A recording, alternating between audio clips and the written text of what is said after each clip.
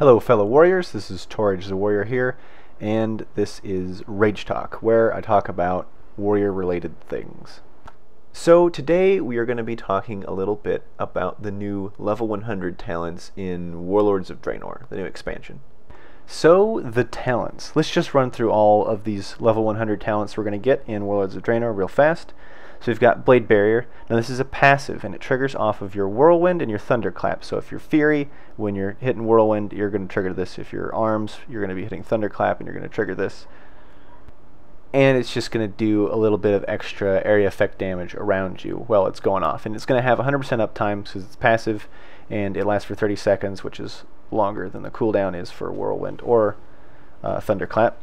The next talent is another AoE talent, so that's Ravager, and this just lets you throw down an axe. You pick a location, kind of like a Death and Decay for other classes, or kind of like Heroic Leap, and it throws a Ravager axe there that spins around. It's kind of like the Ravager axes that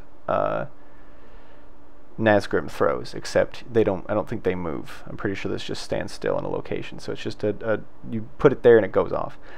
It does take a 1-second channel to cast. It has a 1-minute cooldown. Now this does roughly 3 times as much damage per second as the Blade Barrier, but it's not going to be up 100% of the time.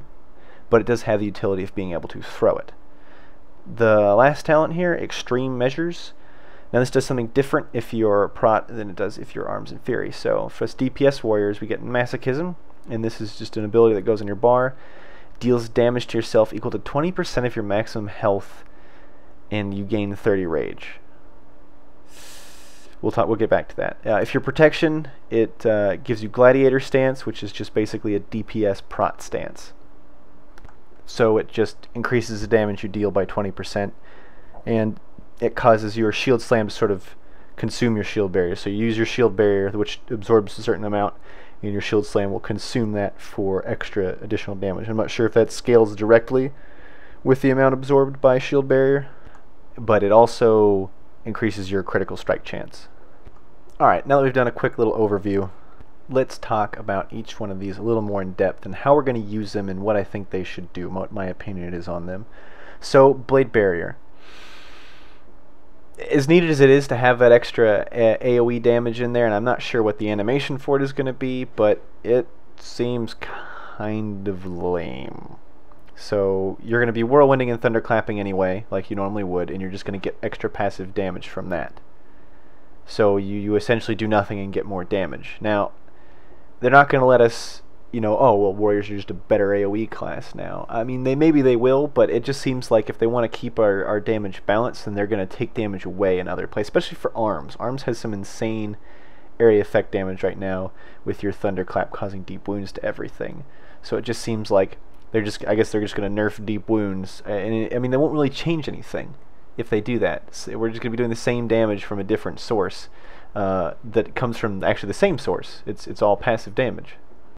And I guess Fury could use the extra passive AoE. I mean, maybe they could make this just do this for Fury and do something else for the other ones, because that seems okay for Fury, but for Arms it just seems useless. And even for Fury it seems a little boring.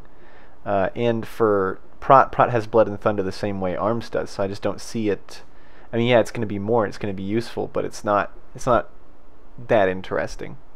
And I feel like there's a couple of things they maybe could have done to do the same effect, but just have them be more exciting. So, I mean, I was just thinking, like, if you're Fury, and you whirlwind around, why not do the thing like what happens in Diablo, where you've got like little tornadoes that spin off of you and damage other things? I mean, that would be more AoE damage. It would just be a little more interesting, which Fury could use. And for Arms, I mean, you've got that Thunderclap that you're using. Why not just have it, like, put a Thunderstorm? Like, how that glyph kind of looks like the Thunderstorm ability that Druids have? Why not just have it leave a Thunderstorm there when you Thunderclap with Blood and Thunder?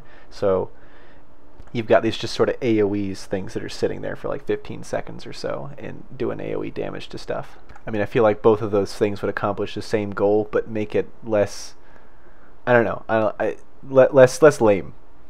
Now, Ravager. Of all these abilities, I actually like Ravager the most. I'm not sure when we're really going to use it. I mean, like I said before, when there's like burst ads you have to get down, so not like the fight always has multi-targets, but there's like the ad phase, and then you kill all the ads, and then you go back to the boss. For those sorts of fights, Ravager is going to be really, really good. So you group everything up, you throw your Ravager Axe, maybe Blade Storm in it or something, I don't know. But it seems very useful for that. It also seems like it might be useful for tanks. So there's a direction that adds come from, and you know they're going to come from there. You can throw down that Ravager Axe and it'll spin around and it will just pull all the adds to you because they'll all get hit by the Ravager Axe and they run through it. I like the utility. It's sort of the way Death Knights use Death and Decay right now. It seems very useful. Now, extreme measures. So, starting with the DPS one, Masochism. You deal 20% of your maximum health and damage to yourself. I see this getting out of hand. Just sort of the same way that Fury Warrior's like, oh, well, if you want to rank on this fight, you need to stand in the fire so you can get enough rage. That kind of situation that they sort of got rid of when they made it that you only get that if you're in Berserker Stance. And there's certain times where you should be in Berserker Stance, but it's not like on most fights where they're, oh, well, I'm going to switch Berserker Stance, go stand in the fire, get more rage to do more damage. That usually doesn't really happen.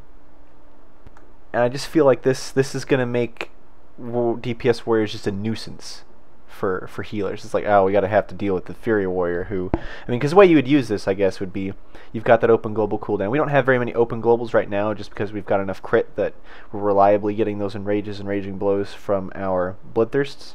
But at the beginning of the next expansion, assuming, I mean, that they do what they always do, we're gonna have way less crit. So we are gonna have a lot more open globals that we're gonna be using things in, and I think this will be the thing that we use it in, is this Masochism, to get the extra rage. It's 30 rage. I mean, yeah, it's probably better to Battle Shout. It gives you, I mean, 10 less rage is 20 rage, but it has a 1 minute cooldown. It doesn't do any damage to you. So, but once that's gone, I mean, Heroic Throw, I don't know, I'd almost take 30 rage over Heroic Throw. It does hardly any damage anyway. I mean, 30 rage is, you can immediately then use a Heroic Strike if anything else, and it does a lot more damage than a Heroic Throw. That, and it doesn't look like it doesn't have a cooldown, so you can just use it any open global. I hope it's on the global. If it's not on the global, that's gonna get way out of hand really fast, because I just see warriors like, oh, I don't have max rage, hit this Masochism button as many times as I can until I don't need it anymore. Like, you're just gonna macro Masochism to Heroic Strike and hit it constantly and then complain at the healer when he doesn't heal you up from it. That would be really stupid. So I don't think they'll let that happen. But let's take a look at Gladiator Stance. So I'm confused as to the use of this stance. Now, it replaces defensive stance. It increases all damage dealt by 20%. Okay, so it's a defensive stance that Prot Warriors are going to use that does more damage instead of making you take less damage. Alright. Also causes Shield Slam to consume Shield Barrier as additional damage. So I'm not sure if that's a 1-to-1 with how much the Shield Barrier absorbs for. I'm not really... I mean, I've done a little bit of tanking, but I'm usually a DPS guy, so I don't know a whole lot about that. But that could be, I mean, Shield Slam already does a ton of damage. So plus a Shield Barrier, so if you barrier and then block with the glyph that makes you get more damage from block. I'm pretty sure that's a glyph. Pretty sure that's a glyph. What am I looking at? Glyphs. Yeah. When your shield block is active, your shield's... Yeah, so... those two together, so if you save up a full rage bar, you get a shield block and then you get a full shield barrier. That's going to do a whole lot of damage. So it's definitely like a DPS thing there. So we've got, in addition, and you have increased chance to critically strike equal to critical block chance. So more crit. I'm not sure exactly how much crit that comes out to be. I'm pretty sure it's a lot, because this isn't critical block. I'm pretty sure it goes off of your mastery. I really should play prop more often. So I'm not really qualified to answer this one. But what I can say is that when are they going to use this? I mean, it doesn't have a threat increase. I mean, unless you're doing a DPS prot warrior, which why would you not just go arms or fury? I mean, you've got 2 specs anyway. Unless you've got 2 prot specs and one's your DPS prot spec and one's your tanking prot spec. I don't know. This confuses me why they would put this in here. I'm sure there's some blatantly obvious reason why it is, and I just don't know because I don't tank. Although, you know what it could be? It could be just when you outgear things, you really don't need that 25% anymore, and you'd rather just, maybe, you know what, I hope they're just like DPS races that are intense enough that you need to have a tank use this. That would be cool. Like if it's just like that down to the wire to get enough damage in on this boss, that your prot warrior has to get this Gladiator Stance.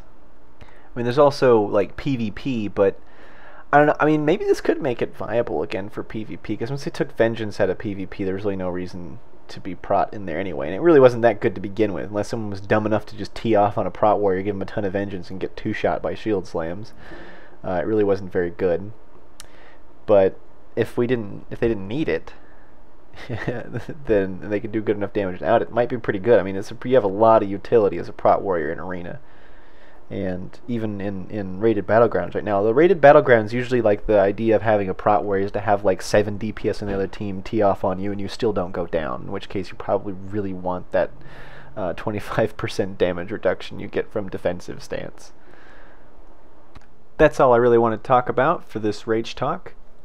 I certainly would like to know your opinions on what you think of the new talent systems, if you think they should change them, if you think that they should just get rid of them entirely.